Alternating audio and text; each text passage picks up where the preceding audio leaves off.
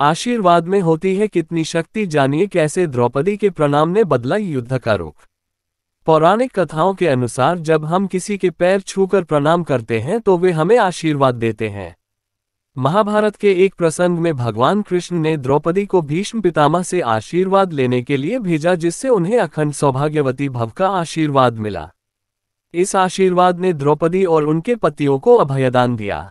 बड़े बुजुर्गों से आशीर्वाद लेते रहना चाहिए। आशीर्वाद एक ढाल की तरह काम करते हैं। वो किसी भी संकट में रक्षा करने में सक्षम है। जब हम झुककर कभी किसी के पैर छूते हैं या उसे प्रणाम करते हैं तो वह हमें आशीर्वाद देते हैं। वह कहते हैं, खुश रहो, सदा सुखी रहो, प्रसन्न रहो, आयुष्मान भव, चिरंजीवी भव, सदा सौभाग्यवती भव। यह अनायास मुंह से निकले कुछ शब्द नहीं है, बल्कि वो ढाल हैं जो उस समय काम आते हैं जब कुछ और नहीं आ सकता। इस बात को गहराई से समझने के लिए आपको महाभारत का एक प्रसंग जानना होगा। जब पितामह भीष्म ने महाभारत के युद्ध के दौरान घोषणा कर दी थी कि वह अर्जुन का वध कर देंगे और युधिष्ठिर को बंदी बना लेंगे। उनकी इस घोषणा के बाद में पांडवों के शहर में भी हलचल थी। दरअसल हर कोई यह जानता था कि पितामह भीष्म से बड़ा योद्धा कोई नहीं है और अगर पितामह ने ये प्रतिज्ञा ली है तो वह उसे करके ही दम लेंगे। तब भगवान श्री कृष्ण ने द्रौपदी को एक उपाय बताया। वह द्रौपदी को लेकर पितामह भीष्म के शिविर के बाहर पहुंचे। प्रणाम करते ही मिला आशीर्वाद।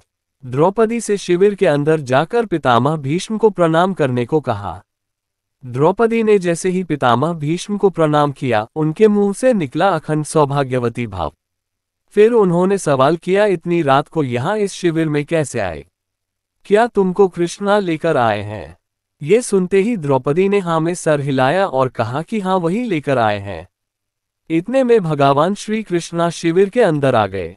भीष्म पितामह ने कहा, मेरे एक वचन को मेरे ही दूसरे वचन से काट देने का काम केवल श्री कृष्ण ही कर सकते हैं। कुछ और होता युद्ध का परिणाम।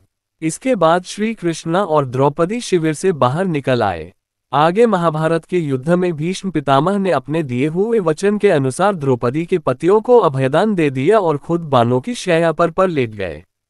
यदि उस दिन द्रौपदी को वह आशीर्वाद नहीं मिला होता तो महाभारत के युद्ध का परिणाम कुछ और होता।